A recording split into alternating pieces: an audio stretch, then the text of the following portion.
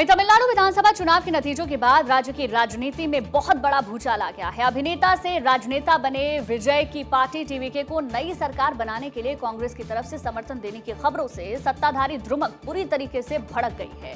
द्रमुक ने अपने सबसे पुराने राष्ट्रीय सहयोगी कांग्रेस के इस अचानक पाला बदलने वाले कदम को पीठ में छुरा घोंपना करार दिया। इस चुनाव में द्रमुक को करारी हार का सामना करना पड़ा और अब उसके साथ पुराने साथी ने भी उसका साथ छोड़ दिया है, जिससे राजनीतिक माहौल गर्म हो गया। इसको लेकर डीएमके के प्रवक्ता ने कहा कि कांग्रेस पार्टी ने टीवीके के साथ में गठबंधन करने और उन्हें अपना समर्थन देने का जो फैसला किया वो एक बहुत बड़ा धोखा है। उन्होंने कड़े शब्दों में कहा कि कांग्रेस ने सिर्फ द्रमुक की ही नहीं बल्कि पूरे तमिलनाडु की जनता की पीठ में छुरा घोंपा। अन्नादुरई ने अपनी गहरी नाराजगी जताते हुए कहा कि कांग्रेस ने तमिलनाडु की जनता द्वारा दिए गए जनादेश का घोर अपमान किया है।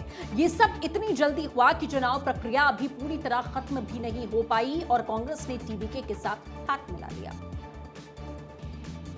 द्रमुक प्रवक्ता ने कांग्रेस की इस जल्दबाजी पर तंज कसते हुए कहा कि जीत के प्रमाण पत्र पर चुनाव अधिकार के हस्ताक्षर की स्याही अभी सूखी भी नहीं थी कि कांग्रेस ने अपना नया गठबंधन तय कर लिया। अन्नादुरई ने कांग्रेस को उसका पुराना इतिहास याद दिलाते हुए कहा कि हमने हमेशा और हर कदम पर कांग्रेस का पूरा समर्थन किया है।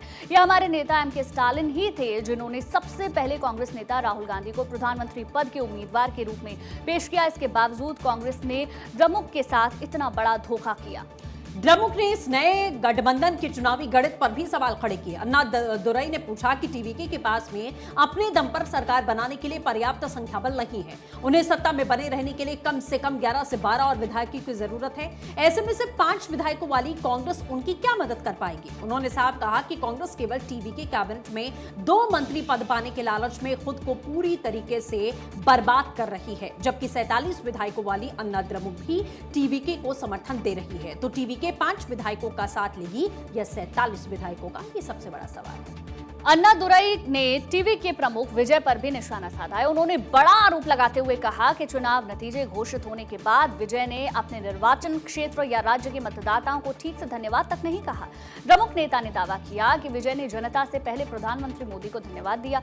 आपको बता दें, इस चुनाव में टीवीके ने तमिलनाडु के चुनावी इतिहास में एक नया रिकॉर्ड बनाया है।